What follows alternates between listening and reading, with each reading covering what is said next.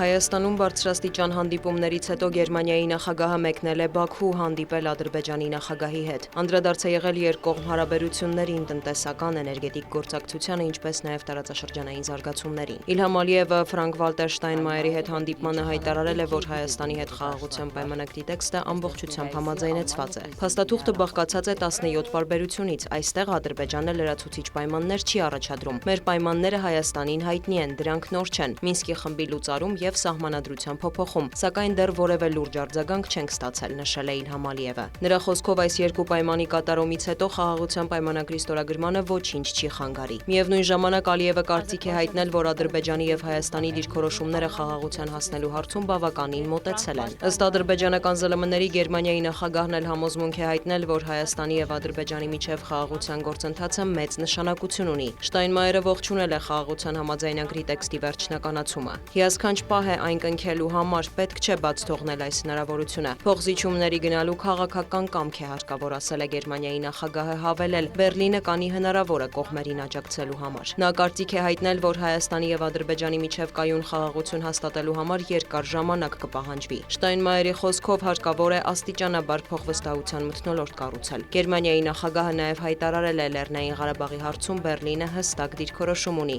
այն Ադրբեջանի մաս է։ Թեհրանը Վաշինգտոնին կոչ է արել ընտրել դիվանագիտության ուղին, շեշտել առկա խնդիրների ռազմական լուծումն անընդունելի է։ Իրանի արտգործնախարար Աբբաս Արաղչին հայտարարել է, ԱՄՆ-ի նախագահը գուցե շահագրգռված չէ 2015 թվականի միջուկային համաձայնագրով, բայց այն ընդգրկում էր Իրանի հիմնական պարտավորությունը, որը դեռ ուժի մեջ է։ Իրանցի դիվանագետը շեշտել է, այդ փաստաթղթից ԱՄՆ-ն էլ է օգուտներ քաղել, նույնիսկ չլինելով համաձայնագրի մաս։ Արաղչին կրկնել է, Իրանը ոչ մի դեպքում չի ձգտելու միջուկային զենք արտադրել կամ ստանալ։ Ավելի վաղ Վաշինգտոնը նախազգուշացրել էր, որ ԱՄՆ-ի վարչակազմը քայլեր կձեռնարկի, եթե Թեհրանը հրաժարվի միջուկային ծրագրի շուրջ բանակցություններից։ Պետքարտուղարությունից ևս մեկ անգամ շեշտել են, Իրանը երբեք չպետք է միջուկային զենք ունենա։ Վաշինգտոն-Թեհրան լարվածությունը մեկնաբանել է Մոսկվան։ Ռուսաստանի փոխարտգործնախարար Սերգեյ Ռյաբկովը հայտարարել է, ռուսական կողմը տեղին չի համարում Թեհրանի հասցեին Վաշինգտոնի հնչեցրած սպառնալիքները և դատապարտում է այդ մարտավարությունը։ Ռյաբկովը նշել է նաև, որ Մոսկվան պատրաստ է օգնություն առաջարկել ԱՄՆ-ին և Իրանին միջուկային ծրագրի շուրջ կառուցողական երկխոսություն սկսելու համար։ Նրա խոսքով Իրանի միջուկային ենթակառուցվածքին ամերիկյան հարվածների հետևանքները կարող են աղետալի լինել ամբողջ տարածաշրջանի համար։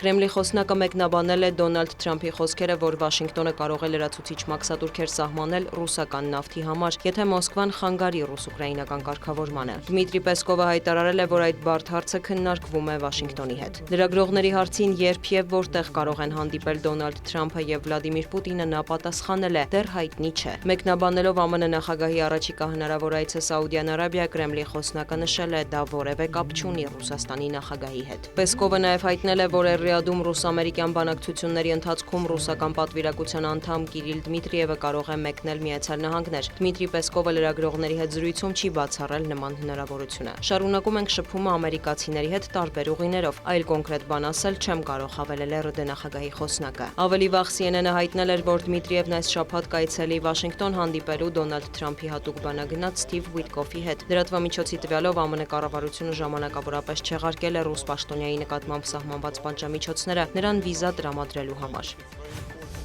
Իսրայելական կողմը հայտարարում է Գազայի հատվածում ռազմական գործողություններն ընդլայնելու մասին։ ԶԼՄ-ները գրում են, որ Ռաֆահում պայթյուններ են լսվել, հաղորդվում է, որ Խան Յունիսում և Ջաբալիայի փախստականների ճամբարում պաղեստինցի փախստականներին ՄԱԿ աջակցության գրասենյակի կլինիկային ցահալի հարվածների հետևանքով կան զոհեր և վիրավորներ։ Իսրայելական կողմը պնդում է, որ այդ տարածքում Համասի օբյեկտներ են եղել։ Գազայի առողջապահության նախարարության տվյալով զոհերի թվում կան երեխաներ։ Ըստ ՅՈՒՆԻՍԵՖ-ի Գազայի հատվածում ռազմական գործողությունների վերսկսումից հետո վերջին օրերին զոհվել և վիրավորվել է առնվազն 100 երեխա, իսկ պատերազմի 18 ամսվա ընթացքում զոհվել է ավելի քան 15,000 երեխա։ Վիրավորների թիվը հատում է 34,000-ը։ Նաև նշվում է, որ մարտի 2-ից Գազա հումանիտար աջակցությունը դադարեցվել է։